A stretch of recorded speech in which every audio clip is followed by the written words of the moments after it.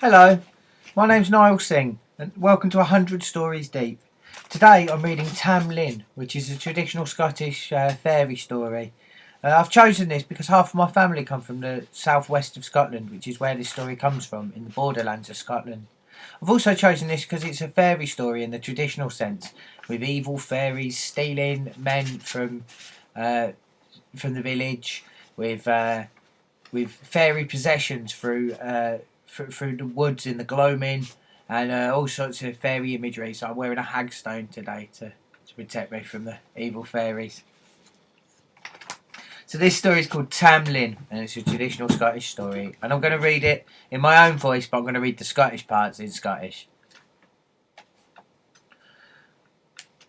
Carterhaugh is a lonely part of Ettrickdale in the Scottish borders. People used to say it was haunted, elven country, with a fairy well in the pine woods. This was the rhyme they used to say to their daughters. Oh, I forbid ye, maidens o'er, that wear God in your hair, to come and go be Carterhaugh, for young Tam Lin is there.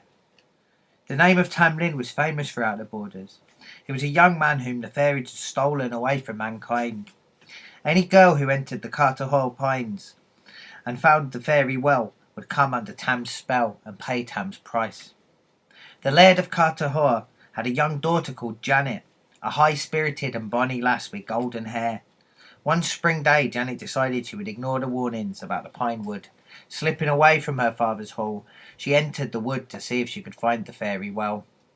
She was wearing her green kirtle and a gold band in her golden hair, when at last she found a well deep in the forest.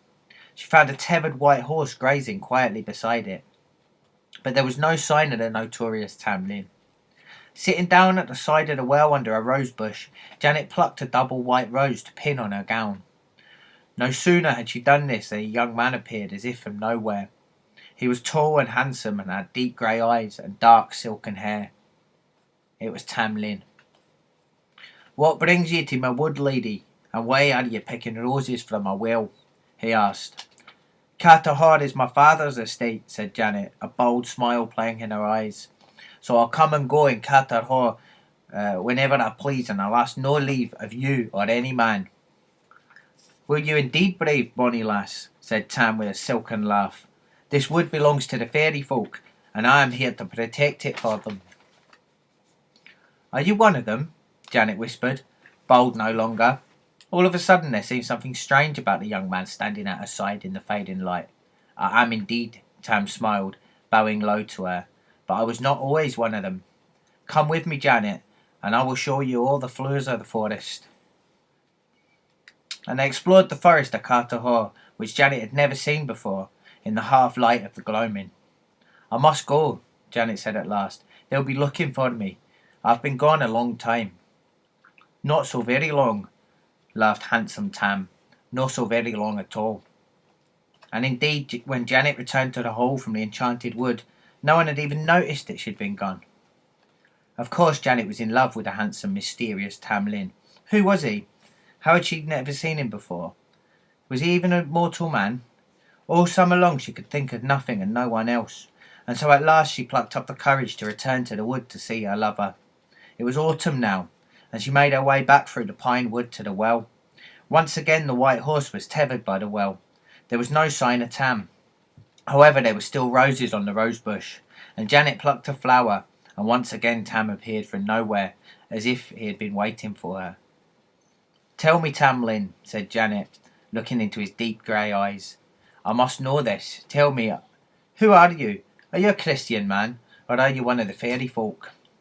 Tam looked at her for a long time. At last he shook his head and said, Aye, I'll tell you the hale sorry story. My grandfather was the Earl of Roxburgh. One cold, snell day, we were riding back frae the hunting, and I fell frae me horse on yon green mound. The Queen of the Fairies caught me, and I've lived with her ever since. She's a pleasant enough mistress, in some ways, but I'm in thrall to her, and I must obey her commands. And she's no exactly a good fairy. Every 7 years she pays a human tithe to hell, and I'm feared that next time will be my turn. If you love me, Janet, you can save me, Tam continued, and there was now a play in his tone. This night is Halloween, and tomorrow is All Hallows Eve. So this is the one night of the year you can save me. Hark carefully to what I tell ye. Just at the mirk of the midnight hour, no sooner nor later, the fairy folk will ride in a procession through the wood. I will be with them. If ye would win your ain true love, you shall come there that night. But how shall I ken ye, Tam Lin? Asked Janet, among so many folk in such a dark wood. Here is what you must do, said Tam. I will be mounted on the third horse. Let pass the black and brown horses, but quickly run to the third horse. This milk-white steed ye see before ye, and pull ye his rider down. I will be that rider. My right hand gloved and my left hand bare, my bonnet well back and covered my hair. Hold me tight and fast your arms for dear life, lady. They'll turn me into all sorts of beasts and crawlies. A newt, an adder, a bear, a lion, and a red-hot iron bar. And last of all, a burning lead weight. Then, and only then, ye may throw me with all speed into the water or the well. If you do this, then I will be your true love forever, and I will climb out the well, a mortal man once more. Wrap me in your green mantle, Janet, and I shall be safe for the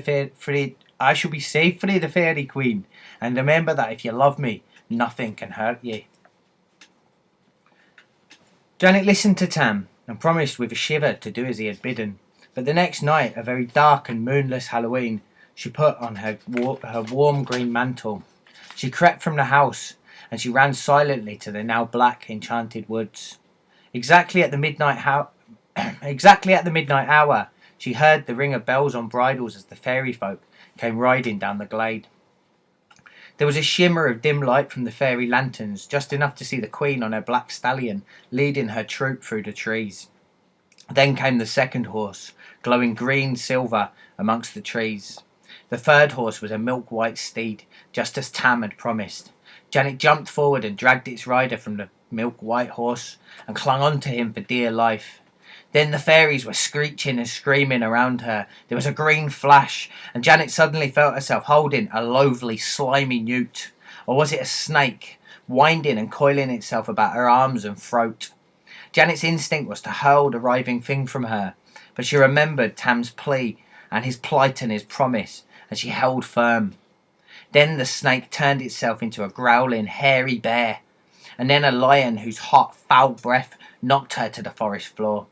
Janet still held fast to her burden, and there was a shrieking pain of a red-hot iron, when she would have fain have flung it from her, but she held on, and there was a deadly weight of the burning hot lead. Struggling to the edge of the well, Janet at last managed to tip her agonising burden into the dark waters of the well. There was an almighty splash, and then a great hiss of steam, and the Tam Lin clambered through the water, wet and shaking, but even more handsome than ever. Out then spake the Queen of Fairies, out of a bush of broom. "Curse you, madam! You have stolen my bonniest knight, my stately groom!" She shrieked, and an angry queen was she. But the happy pair were now beyond the magic powers of the Fairy Queen. Janet's love was stronger than the Queen's magic, and she knew that she was beaten. Janet and Tam fled back to the hall, swiftly and safely, where they were welcomed with great joy, and they lived together full and happy lives, and in the fullness of time their bonny son became the Laird of Carterhaugh. Thank you. Can you think of it? That's the end of my story. Thanks for listening. Can you think of a story where the princess saves a knight? Or can you think of a story with fairies? Or a place where fairies might live near you? Thank you for listening. You can watch this and other stories and videos from the 100 Stories Deep series if you subscribe using the link below. Thank you.